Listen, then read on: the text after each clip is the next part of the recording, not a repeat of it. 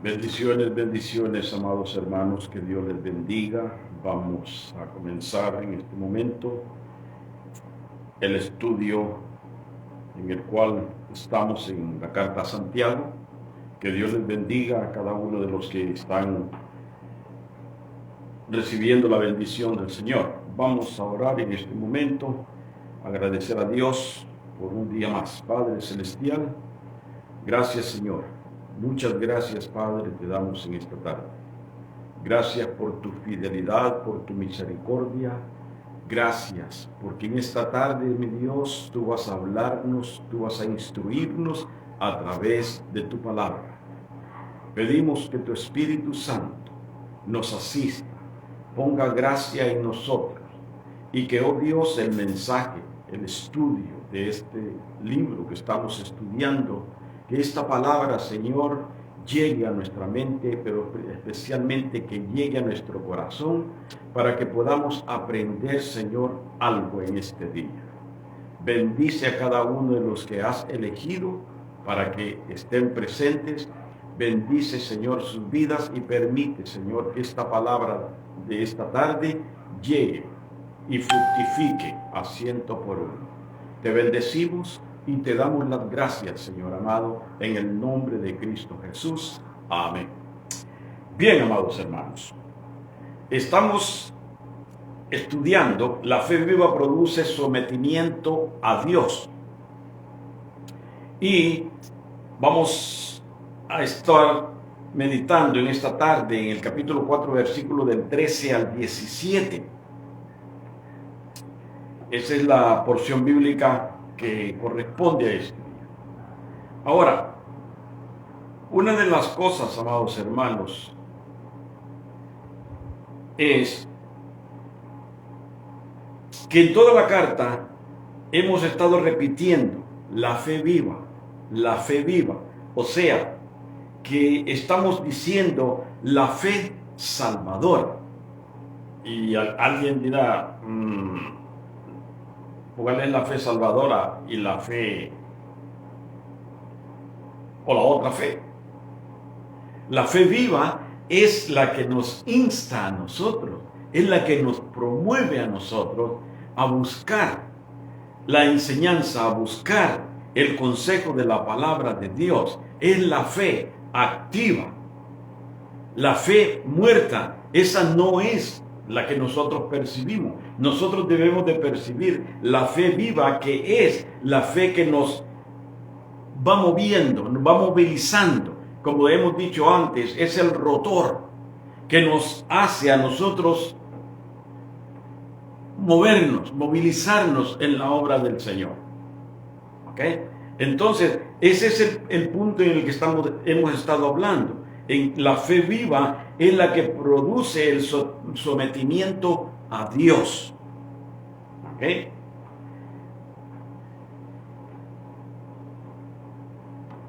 La fe en sí, que usted y yo tenemos como cristianos,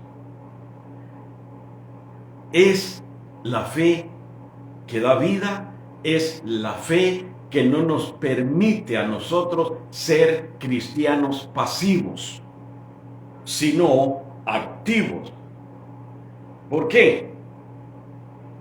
Porque la fe viva produce sometimiento a Dios, o sea que nosotros, a través de la fe viva, nosotros nos sometemos a la soberanía de Dios. El gran problema, amados hermanos, es cuando Adán quiso ser independiente de Dios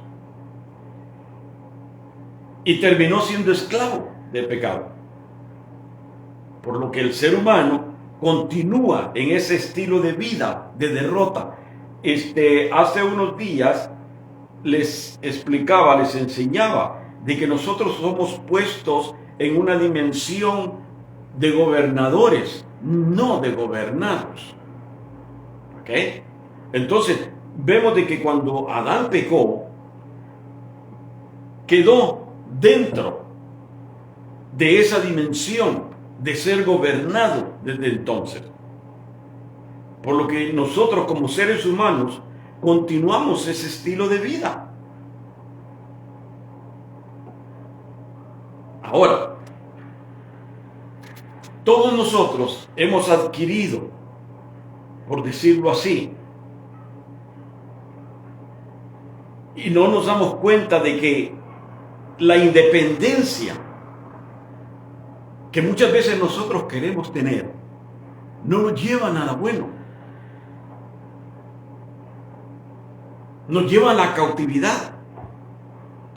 Vea que la mayoría de las personas, por hacer un preámbulo o para hacer un paralelo, la mayoría de las personas que están dentro de una cárcel quisieron ser independientes, quisieron ser ellos mismos, quisieron ser los que ellos gobernaban, los que ellos decían, los que otros se sujetaban a ellos. ¿Y dónde terminaron? En una cárcel. O sea, de que nosotros no podemos caminar en la vida como cristianos independientes. No, nosotros debemos de sujetarnos a Dios, a la palabra de Dios. Por lo que en el versículo 13 vemos que el creyente no debe de jactarse. Mire, dice el versículo 13: vamos ahora, los que decís, hoy y mañana iremos a tal ciudad, y estaremos allá un año, y traficaremos, y ganaremos. Entonces en el versículo 13 vemos que el creyente no puede ser jactancioso de sus habilidades para planificar. Porque recordemos que la inteligencia, la capacidad mental, las habilidades son dotes que hemos recibido de parte de Dios, pero no son nuestras en sí. Lo hemos recibido de alguien. Por lo tanto, nosotros no podemos tratar de independizarnos o tratar de decir, mañana, yo te prometo, y otros que dicen, te lo juro, que yo mañana estoy aquí para que hagamos determinado negocio. No podemos jactarnos. Ya esa vida en nosotros debe de pasar, debe de morir. O sea que si queremos gloriarnos o jactarnos en algo, debe de ser de Dios. Debemos de jactarnos en lo que Dios nos da, en el someternos al gobierno, a la soberanía de Dios. De eso sí debemos de jactarnos. Pero de acuerdo al versículo 13, aquí en Santiago capítulo 4, cuando Él les dice, vamos ahora a lo que decís. Ustedes, ¿qué pasó? Ustedes que dicen, mañana haremos este negocio, mañana vamos para allá, mañana vamos para acá. Eso es lo que Santiago está diciendo.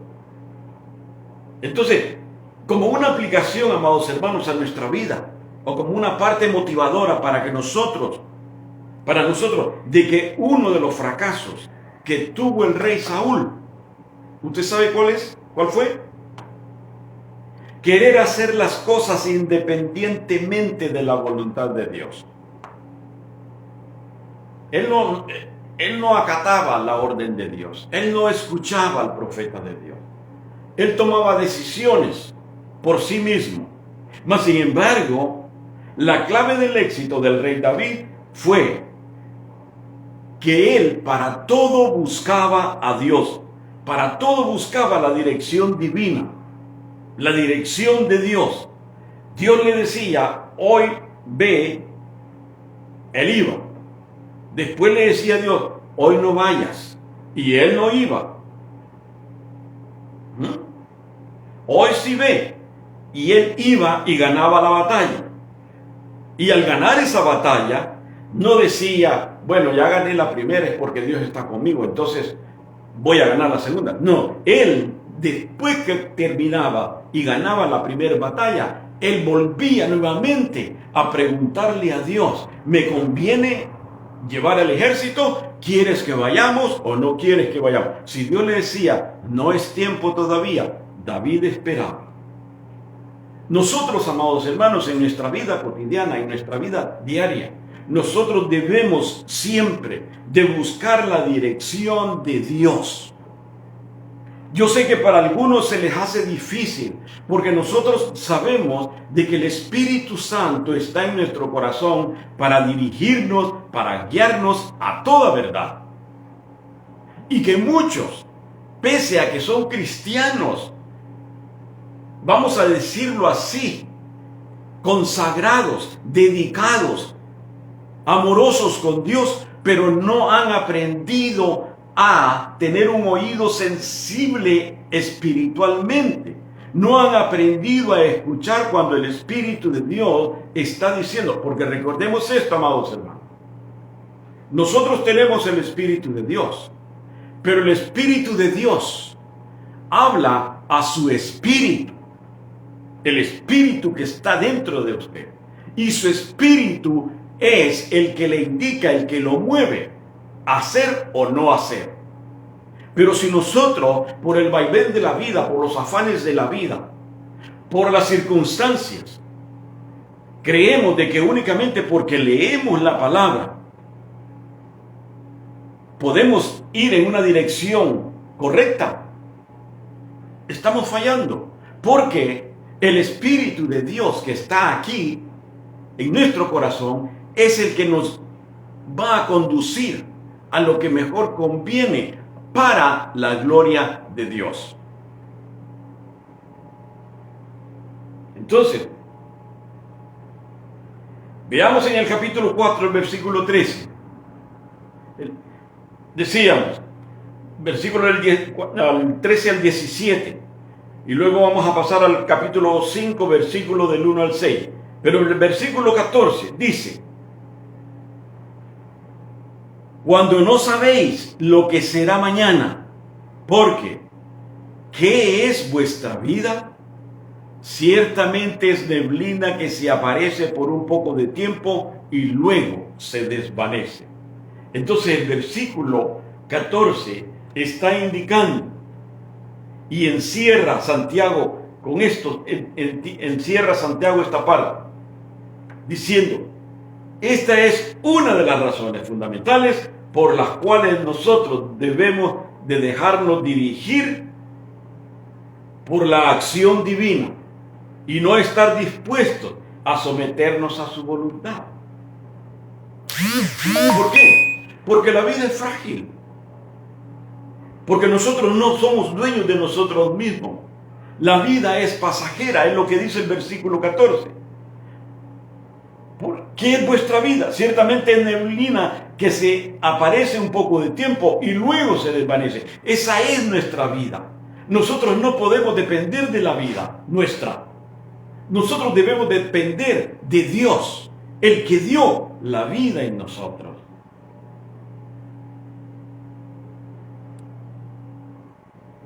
La vida es pasajera.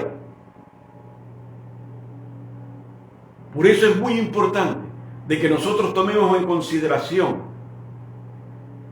el consejo que el Espíritu Santo nos puede dar. Si estamos dispuestos a someternos a la voluntad de Dios, por supuesto. Porque la vida, como decimos, es frágil. Por lo que en esta parte debemos decir, amados hermanos, que la práctica de la fe viva reconoce la soberanía divina. Si en usted está esa fe viva, esa fe salvadora, usted debe de buscar el consejo, la dirección y la guianza divina, la guianza del Espíritu Santo. Versículo 15: en lugar de lo cual deberías decir. Vea el contraste que hay en el 14 y el 16 y el 15. En lugar del 13 y el 15, en lugar deberías decir: si el Señor quiere, viviremos, haremos esto y aquello. ¿A quiénes les está hablando Santiago en esta carta? Le está hablando a los cristianos, judíos, gentiles, pero eran cristianos, habían creído en Cristo, lo habían recibido como su Señor y Salvador. Y se estaban jactando de hacer conforme a su propia voluntad. Ahora dígame usted una pregunta. nosotros como cristianos, ¿cree usted que nosotros también vivimos como los cristianos a los cuales Santiago le escribe la carta? Porque mire, déjeme decirle esto. Una de las situaciones, amados hermanos, una de las adversidades es de que hemos aprendido que la vida cristiana surge o gira alrededor de ir los domingos a la iglesia.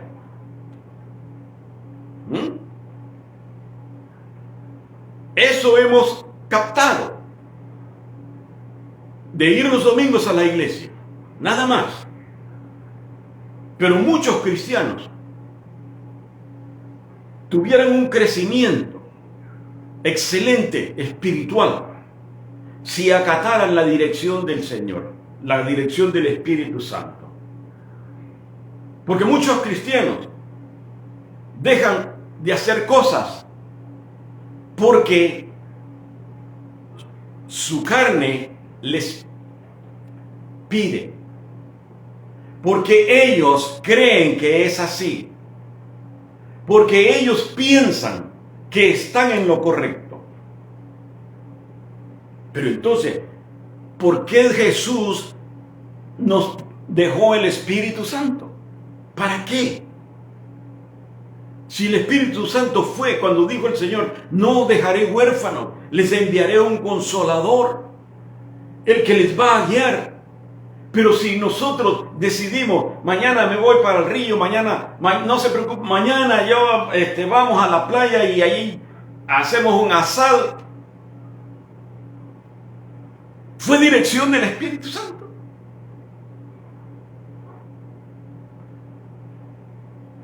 Muchos cristianos viven así. Pero como le digo, lo que sucede es de que estamos con un concepto de religiosidad, de fanatismo, de creer de que, no, Dios no se va a enojar porque no vaya a la iglesia. Yo tengo que atender a mi familia, tengo que atender a fulano, a sutano, a mengano. Ese es el concepto, esa es la ideología. Pero allí no está la dirección divina. Porque luego suceden cosas en el camino y luego nos lamentamos y decimos, Señor, ¿pero por qué? Si yo soy hijo tuyo, ¿por qué sucedió esto? ¿Por qué mira esto, mira aquí, mira allá? Por la desobediencia, por no tener una sensibilidad espiritual que podamos nosotros percibir cuando el Espíritu de Dios nos está dirigiendo. Por eso el versículo 15 hace el contraste de decidir. Vean el versículo 13 al 14. En el 15 encontramos el contraste de lo que es o de lo que debería ser el decir, mañana nos iremos y haremos esto y ganaremos y esto y lo otro y pacatín pacatán. Pero el versículo 15 dice, en lugar de decir, si Dios quiere, vamos a ir a tal parte. Si Dios quiere, yo voy a hacer determinado trabajo. Si Dios quiere, yo voy a hacer esto. Pero la jactancia nuestra no nos permite, porque eso lo vemos. Mañana iremos a tal lugar, haremos negocios y ganaremos mucho dinero.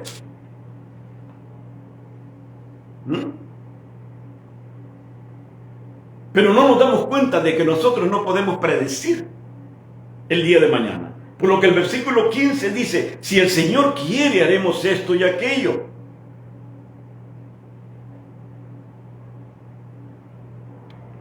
Y esto nos enseña, amados hermanos, que debemos de depender de Dios.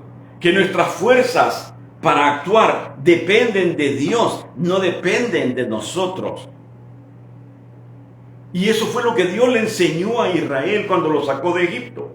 En Deuteronomio capítulo 8, versículo 11.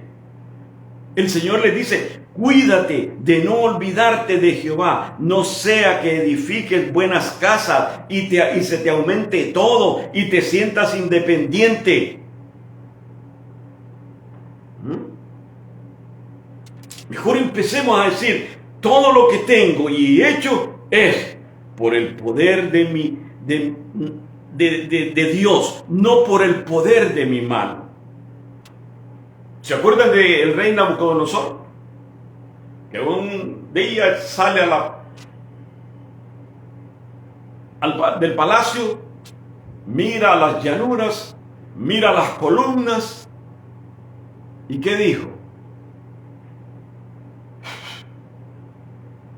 Todo esto fue creado por mí. Yo lo hice. Y dice la Biblia de que no había terminado de decir la frase.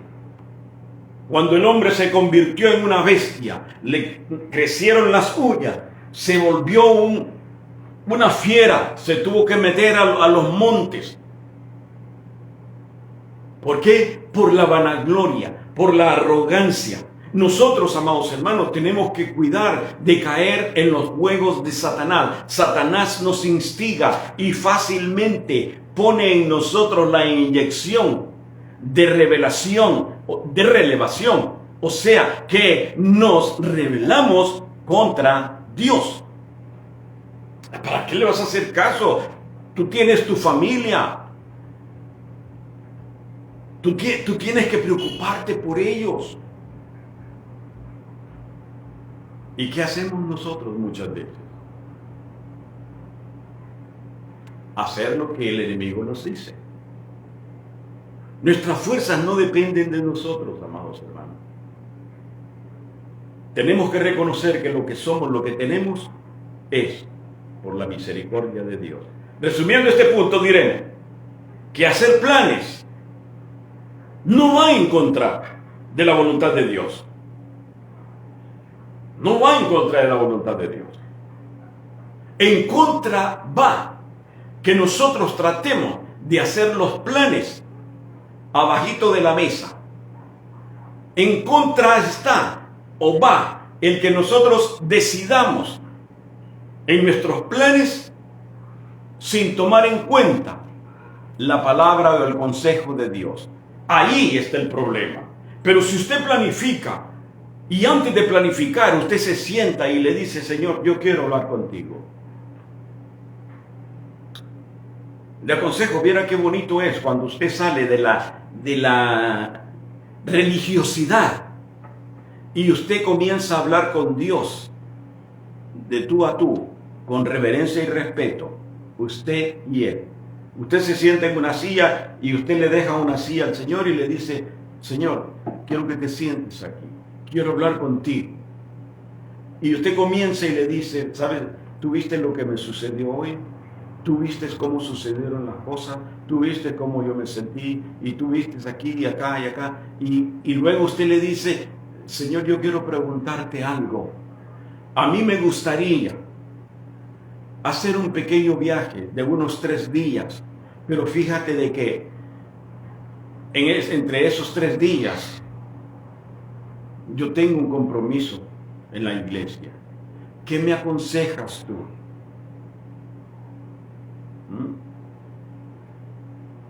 ¿Qué tú me puedes aconsejar que yo deba de hacer? Tomar en cuenta a Dios. A Dios le gusta que en esas pequeñas cosas, aparentemente niñerías o insignificantes, le tomemos en cuenta. Porque allí mostramos sumisión, humildad y reconocemos el señorío de Dios para con nuestra vida. Entonces decimos,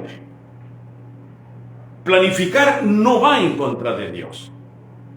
Lo que va en contra de Dios es que planifiquemos, por decirlo de una manera, a espaldas de Dios. ¿Okay? Si nos damos cuenta, hay muchas decisiones que nosotros tomamos en la vida. Por ejemplo, los jóvenes. ¿Usted cree que los jóvenes de hoy en día, bueno, ni los viejos de antes, Se tomaba en cuenta a Dios para decirle, ¿qué dices? Me gusta esta muchacha.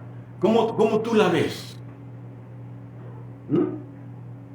Y déjeme decirle que ese es uno de los grandes fracasos de grandes cristianos, grandes líderes,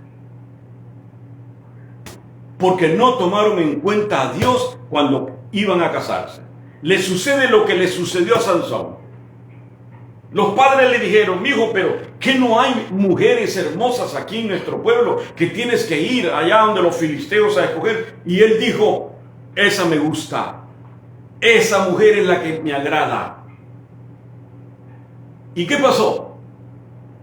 ¿Y qué pasa con los cristianos cuando vemos el hecho de que nosotros debemos de tomar la decisión de Dios, el consejo de Dios? Pero cuando las personas se casan, no toman en cuenta a Dios, únicamente toman en cuenta las medidas de la muchacha. Eso es todo.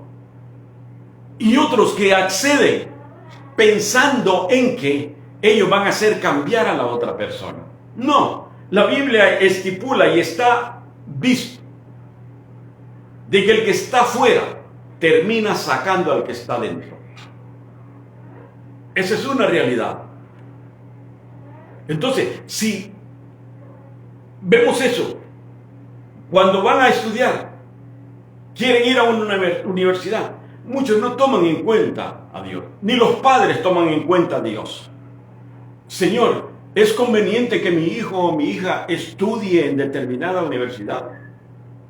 No toman en cuenta a Dios. Porque a Dios únicamente lo tomamos cuando tenemos problemas, cuando estamos agobiados, cuando el agua nos llega hasta la garganta, cuando no tenemos respuesta alguna de nadie. Entonces tomamos el consejo de Dios. Y eso es lo que Santiago está dándonos a decir, amados hermanos, que es necesario, es imprescindible que nosotros tomemos el consejo de Dios para que podamos tomar decisiones dentro de la sujeción de Dios.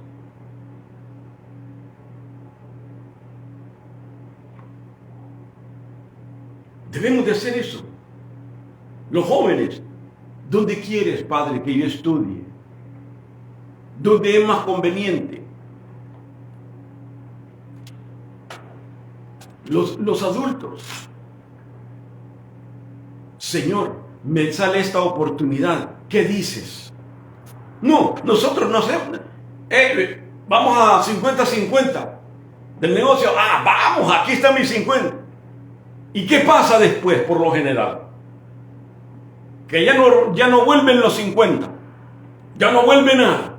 Y entonces se vuelve un caos porque la transacción fue un fracaso. El negocio, la sociedad del negocio se volvió un fracaso. ¿Por qué? Porque no tomamos en cuenta a Dios para planificar como para tomar decisiones. Hagamos lo que Moisés. Moisés le dijo a Dios, si tú vas conmigo, yo voy. Pero si tú no vas a ir conmigo, no me saques de donde estoy. Amados, debemos de dejar que Dios indique. ¿Saben por qué? Porque después nos lamentamos. Yo procuro.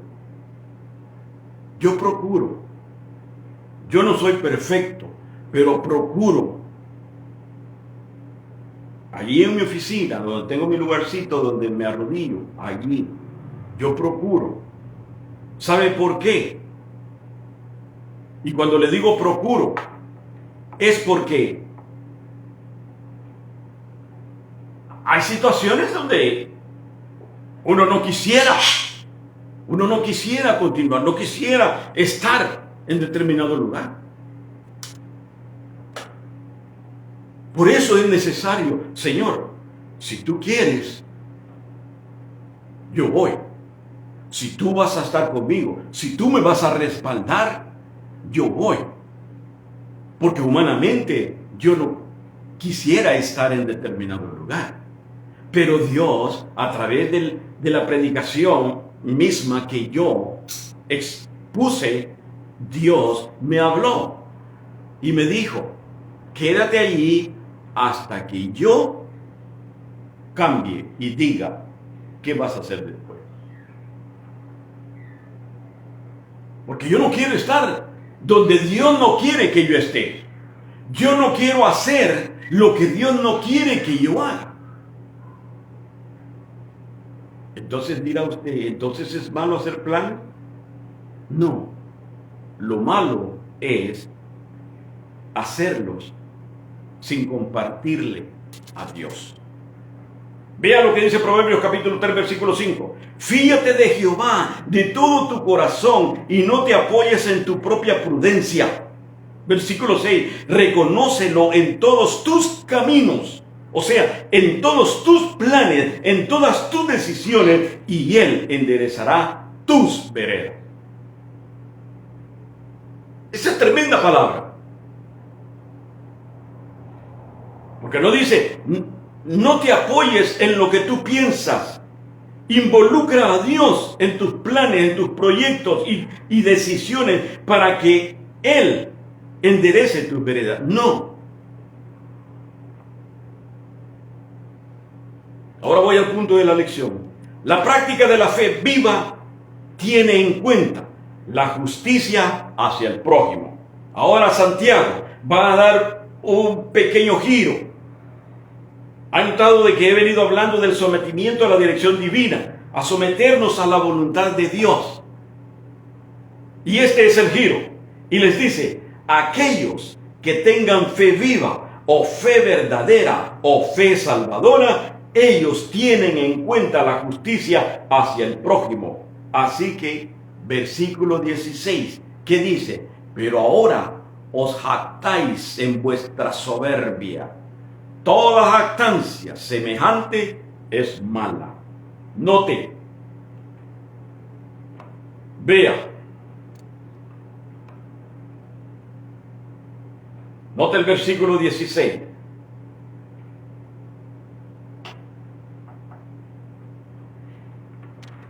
Santiago los acusa de vanidosos, de altivos. Y dice, le voy a leer el versículo 15. En lugar de lo cual debería decir, si el Señor quiere, viviremos, haremos esto o aquello.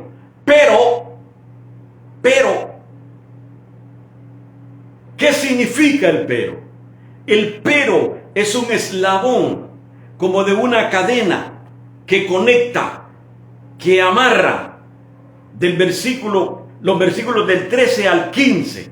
Pero en el 16 dice, pero se conecta, ¿verdad? Y cuando dice pero significa que no ha terminado de hablar sobre el tema. Que Santiago nos viene instruyendo lo que tenemos que hacer del versículo 13 al versículo 15. Mas sin embargo en el versículo 16 hay un giro. Y el giro es cuando él menciona el pero es porque él no ha terminado, no ha concluido. Por eso les dice, pero ahora os jactáis. ¿Qué es la jactancia? ¿Cuál era la jactancia? De decir que iban a hacer, que iban a ir. Y Santiago les dice, ustedes se glorían en vuestra arrogancia. Y dije, nosotros podemos gloriarnos en Dios. ¿Y saben qué más nos podemos gloriar? Debemos de gloriarnos en las tribulaciones que llegan a nuestra vida.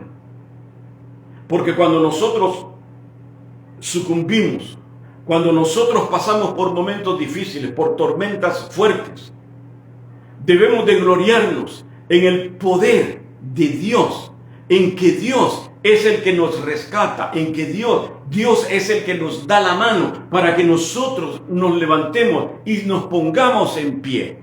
De eso debemos de gloriarnos, de la voluntad y la misericordia de Dios para con nosotros. Donde Dios actúa en beneficio nuestro, allí es permitido gloriarnos en Dios.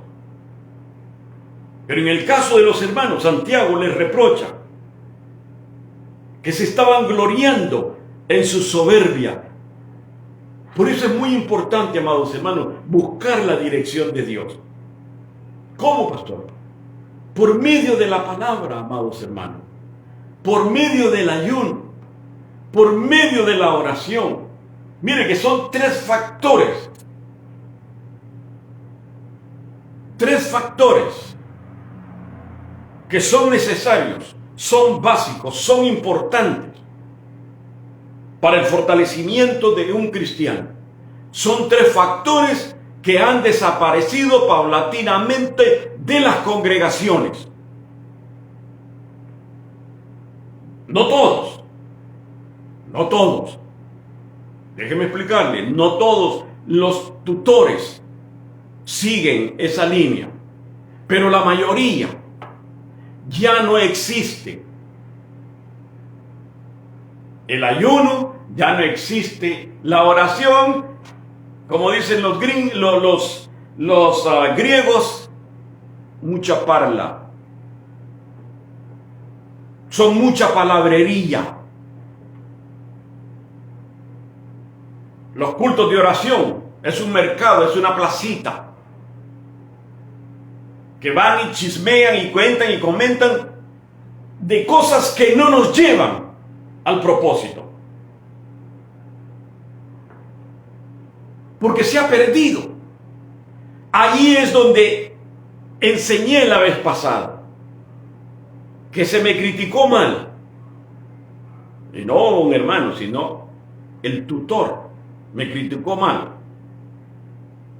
Porque allí es donde yo parto, que nosotros debemos de regresar a la senda antigua. Y cuando digo la senda antigua, esa senda tiene dos caminos. Pero estamos hablando de la senda antigua, donde los cristianos caminaban leguas con un plastiquito en la cabeza, envolviendo en hojitas la Biblia, y caminar 2 o 3 leguas para llegar al templo para adorar y bendecir el nombre de Dios. Que se amanecían en las vigilias, glorificando el nombre de Dios. Y Dios se manifestaba. En medio de su pobreza, Dios se glorificaba. Pero hoy no, en la comodidad del tiempo, la gente ya no quiere orar, y los tutores menos. Porque muchos no quieren ayunar, ni quieren tener vigilia. Y todos se lo achacan a que tienen diabetes. Que pueden ayunar 1 hora. ¿Quién no ayuna 1 hora? Son zánganos. No quieren esforzarse. No quieren sacrificar la carne. A eso es lo que me refiero. Regresar a la senda antigua, donde los cristianos se desvivían por adorar a Dios, por leer la palabra. Pero ahora no. Ahora todo es comprensible.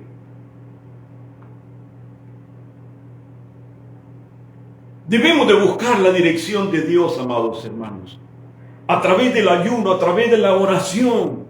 Necesitamos, mire, si en su congregación no creen ya en el ayuno, ayune usted en su casa. Ayune, preséntele a Dios un ayuno. Sacrifíquese, sacrifique la carne de los chicharrones, de la baleada, sacrifique de los chicharrones, de las pupusas. Ayune usted en su casa, enciérrese en su cuarto, lea, ore, hable, cántele a Dios. Y Dios le dará la respuesta a sus necesidades. Porque es lo mejor, esa es la mejor manera de recibir la respuesta. Entonces los cristianos, a los que Santiago les escribe, eran arrogantes, eran altivos. Y esa clase de actitud es el resultado de no someterse a Dios. La pregunta, le pregunta usted a Dios si puede ir a visitar a su familia cuando es día de culto en su congregación.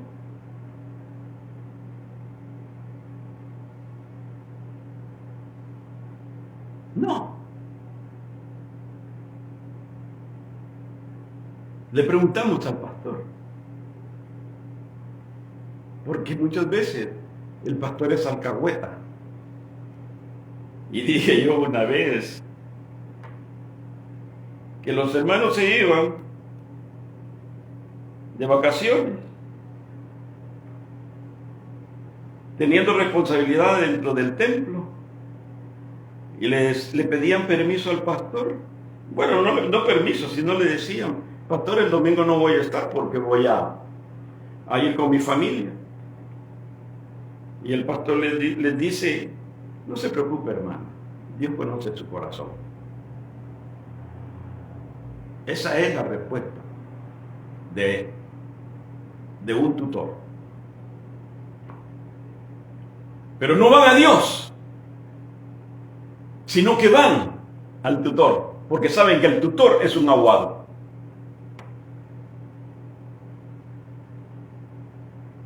Entonces, pensamos de que el pastor es más consciente que Dios.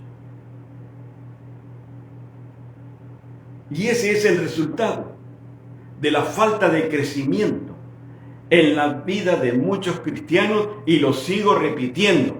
Muchos cristianos se han envejecido, pero no han crecido espiritualmente. Y algunos no han nacido de nuevo. Han recibido un evangelio barato de Juan 3:16. Eso es todo lo que han recibido. Entonces, cuando viene el predicador y les tira una chuleta de cordero donde tienen que masticar, se asustan, se espantan y se corren, porque no están capacitados para digerir la verdadera enseñanza, la verdadera doctrina.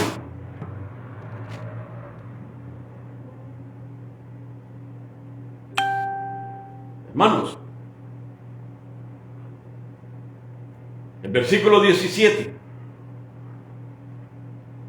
Y el que sabe hacer lo bueno y no lo hace, le es pecado.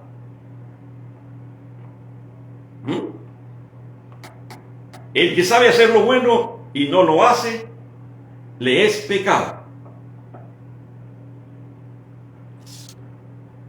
Santiago les está enrostrando que ellos, como judíos, conocían el Antiguo Testamento. ¿Y usted sabe que es así? Que algo que Dios le enseñó al pueblo al sacarlos de Egipto fue que aprendieran a depender de Él. Fue una de las cosas que Dios les enseñó a ellos, que dependieran de Él. En el día, la nube, enviando brisa para refrescar al pueblo. En la noche, una columna de fuego para espantar a las bestias y pudiesen estar acogidos en el calorcito. En la mañana, el maná del cielo. Dios quería enseñarles que dependieran de Él, no de sus fuerzas.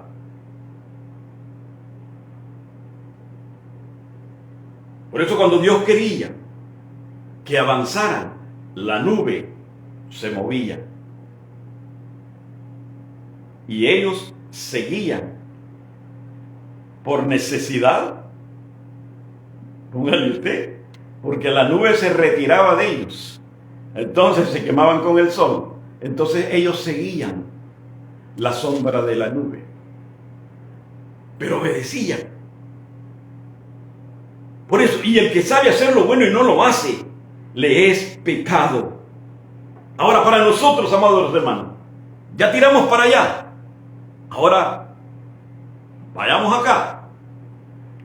El cristiano que conoce las Escrituras, todo cristiano tiene que haber leído la palabra de Dios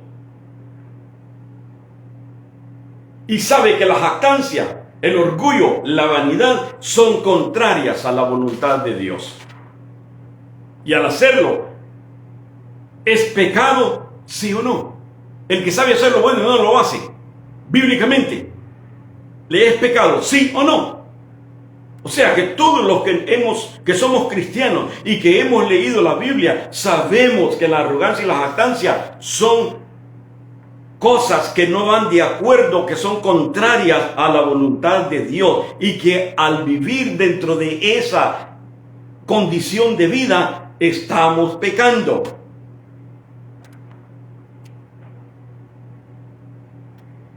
O sea, de que no hay excusa, amados hermanos. Vea, no hay excusa. Si usted conoce la palabra, si usted... Pero es que mire, ¿sabe lo que pasa? A mí me causa risa muchas veces. Porque hay cristianos que tienen la Biblia marcada y tienen un montón de tarjetitas ahí. Y si usted las revisa, todas esas tarjetas, todos esos hilitos, todas esas señales están en porciones bíblicas de confortamiento a su corazón. No hay porciones que indiquen Santiago, Gálatas, Romanos, Corintios, Apocalipsis. Eso no existe. Ellos quieren Proverbios, Esther.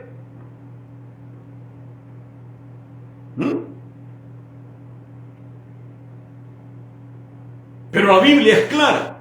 Si nosotros debemos de abrir las Escrituras, de empaparnos de la palabra de Dios. Y si nosotros no hacemos lo que la Biblia dice, estamos pecando.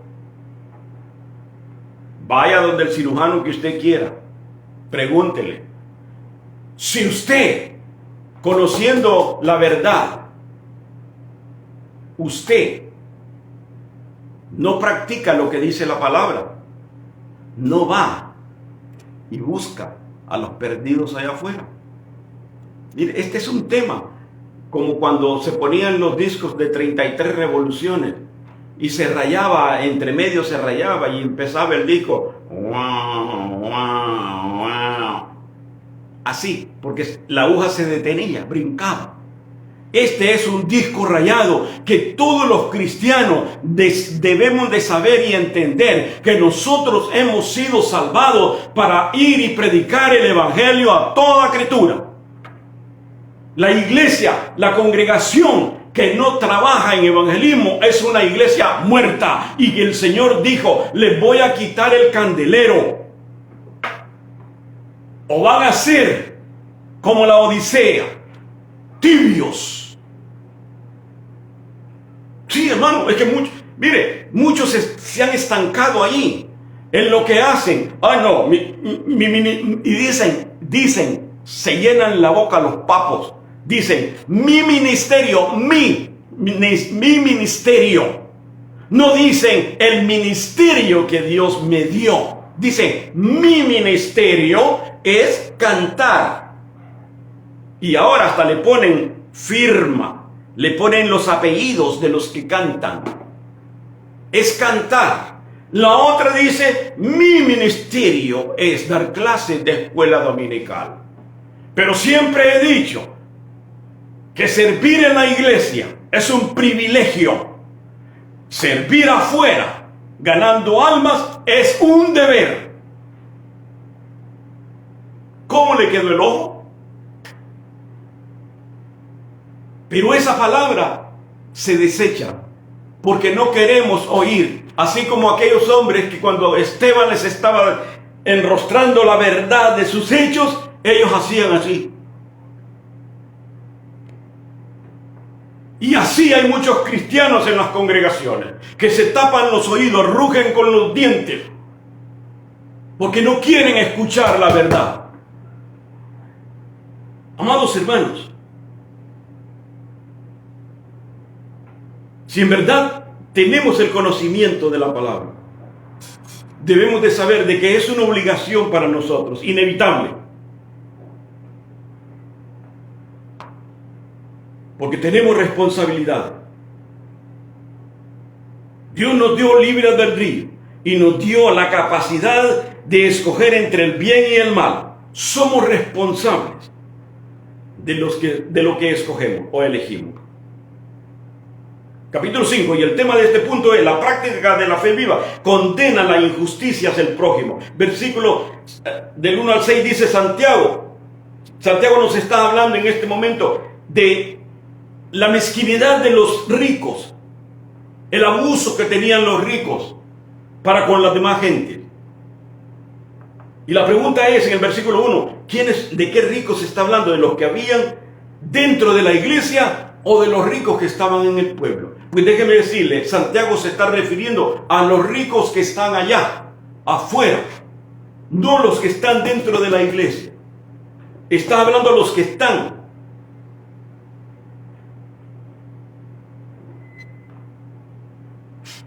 Entonces, Santiago nos muestra que estos ricos estaban abusando de los cristianos evangélicos. Y no solo abusaban, sino que estaban, vamos a decir, extorsionándoles.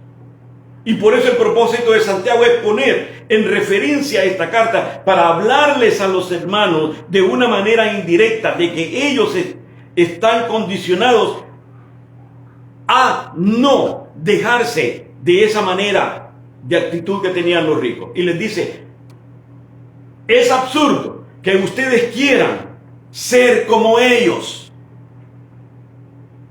O sea, Santiago les reprocha a los ricos que están dentro de la iglesia que no codicien, que no imiten la actitud de los ricos que están allá afuera.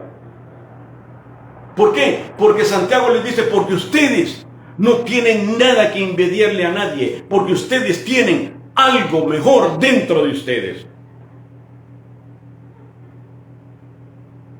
Por eso el Salmo 37 dice que no envidiemos a los que tienen, que es mejor lo poco del justo que la riqueza de pecadores. Y la Biblia dice que el tener dinero no es que sea malo tener dinero. Usted puede trabajar y ahorrar. Dinero no es lo malo es tener el dinero como primer lugar, como primera prioridad en su vida. Poner su confianza en el dinero al grado de quitar nuestra dependencia de Dios. O sea, depender del dinero, depender de los bienes que nosotros tenemos y no depender de Dios, quien es el que nos da el dinero. Primera de Timoteo capítulo 6 versículo 17 dice, a los ricos de este siglo manda que no sean altivos, ni pongan la esperanza en las riquezas, las cuales son inciertas, sino en el Dios vivo. Por eso el versículo dice, llorar y aullar por las miserias que os vendrán. Esta parte se lee mejor cuando, de una manera, gritad, aullar de tristeza por la calamidad, por la miseria que les vendrá. ¿Qué miseria? Notemos que Santiago llama las cosas por su nombre. Llama como que no son, como si fueran. Y el versículo 2 al 3 dice, estas riquezas están podridas, vuestras ropas están comidas, vuestro oro y plata están. Y menciona 3 veces están. Cuando Santiago escribe la carta, no estaba allá. Pero Santiago sabía. Y no les dice estarán, no les habla el futuro, sino que de antemano él les dice están podridas. Habéis acumulado tesoros para los días postreros. O sea que el problema de los ricos no era que guardaran para los días de necesidad, sino el problema era que ellos entre más tenían, más querían acumular su riqueza. Por eso el Señor dijo, cuán difícil es que entre un rico al reino de los cielos. Hay ricos cristianos, son ricos que son salvos, pero tuvo que haber un cambio en ellos, ¿verdad? ¿Por qué? Porque el que tiene siempre quiere más. Y la última parte del versículo dice, habéis acumulado tesoros para los días postreros. Como dice Lucas capítulo 11 versículo 13. Maestro, di a mi hermano que parta conmigo su herencia. Y el Señor le dice, oye, pero ¿y quién te ha dicho a ti que yo he sido enviado para ser juzgado o para ser repartidor? ¿verdad? El punto, amados hermanos, es que no es malo guardar para cuando uno tiene necesidad, ¿verdad? Lo malo es que lo que tenemos nos saque a nosotros del camino y nos consideremos suficientes, autosuficientes, y no tomemos en cuenta a Dios. El verso 4b, el cual por engaño no les ha sido pagado por vosotros. Esto traerá consecuencias negativas para los ricos. ¿Por qué? Porque van a lamentarse, van a llorar, van a clamar. Y esto es lo que Santiago directamente quiere decir, ¿verdad?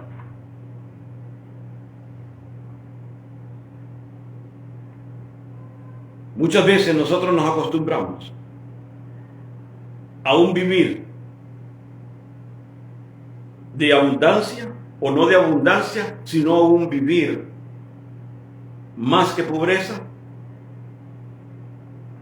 Y es peligroso, porque muchas veces nosotros nos apartamos o nos enfriamos, por decirlo de una manera, en que ya hasta el congregarnos se nos hace difícil, porque el afán y la ansiedad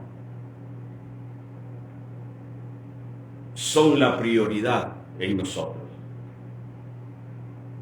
Santiago dice, cuando habla en sentido metafórico, y les dice a ellos que el retener el salario es equivalente a matar a su hermano. Porque ellos, los ricos que estaban allá afuera, la gente trabajaba y el jornal se tenía que pagar al atardecer. No al día siguiente, no dentro de 2 semanas. No como Honduras, que la gente trabaja 4 meses y no le pagan. Y después lo que hacen lo echan para no pagarle. Sí, aquí en Honduras es así. Es un país de tercer mundo, pero hay una de ladrones. Ahí se van maestros, se van médicos, que tienen hasta 6 meses trabajando, laborando en el tiempo de la pandemia, y hasta aquí son 6 meses que no les han pagado sueldo. Porque así es en esta tierra. Entonces, estos ricos le estaban robando el jornal a los campesinos, y por eso Santiago les dice: tú le estás reteniendo el salario a tu hermano. Tienes que saber que tú lo estás matando. Porque con ese jornal ellos tenían que llevar la masita, tenían los frijolitos, tenían que hacer diferentes cosas. Y el no recibir el jornal era como que los estuvieran matando en vida. Por eso Santiago les reprocha a ellos y les dice a los ricos que están dentro de la iglesia: es absurdo, es inaudito que ustedes quieran imitar las acciones de aquellos ricos que están allá afuera.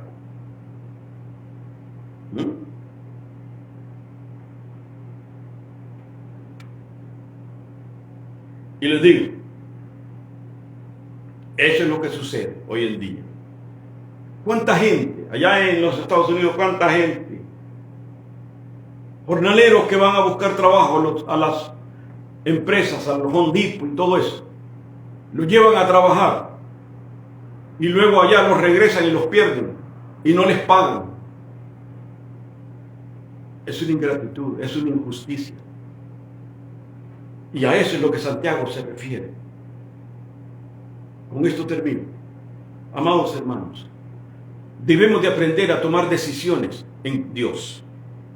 Tomar en consideración el consejo de Dios. Si esto le ayuda, mire, vaya primero a Dios. Después vaya a su pastor. Porque su pastor, por conveniencia, por intereses, le puede decir: no se preocupe. Pero Dios jamás le va a decir: ¿tienes responsabilidad en mi casa? Sí, no te preocupes, vete a la playa. No. Lo primero es lo primero para Dios. Y yo espero que esta tarde usted tome el consejo de Dios. Tomemos en cuenta a Dios. Cualquier decisión, cualquier plan, cualquier cosa que nosotros querramos hacer, pensemos llevar a cabo, tomemos primeramente el consejo de Dios administrado por el Espíritu Santo. Padre, gracias, Señor. Gracias por el estudio de este día. Gracias, mi Señor, por los hermanos que van a escuchar. Te ruego, Padre, de que tu palabra, Señor, administrada a través de tu Espíritu Santo, la deposite en el corazón de cada uno de nosotros. Y que, oh Dios, reconsideremos, Padre, de que tú eres el dador de todas las cosas, que todo lo nuestro es tuyo, y que lo que tú nos has dado no es por nuestras habilidades, es por tu bondad, es por tu fidelidad. Padre, en esta tarde, mi Dios, bendice a cada uno de mis hermanos. Permite, oh Dios, que recopilen la enseñanza de este día, que la pongan en práctica, Señor, y que podamos, mi Dios, en el futuro tomarte en cuenta, Señor. Darte la prioridad a ti, mi Dios, de que seas tú quien nos diga, quien nos dé el consejo de las cosas que convienen y las que no convienen. Tu palabra nos enseña que todo es lícito, mas no todo conviene. Pero que nosotros necesitamos, Padre, que tu Espíritu Santo también nos ayude para que podamos darnos cuenta de que tú verdaderamente eres un Dios que te preocupa por nosotros.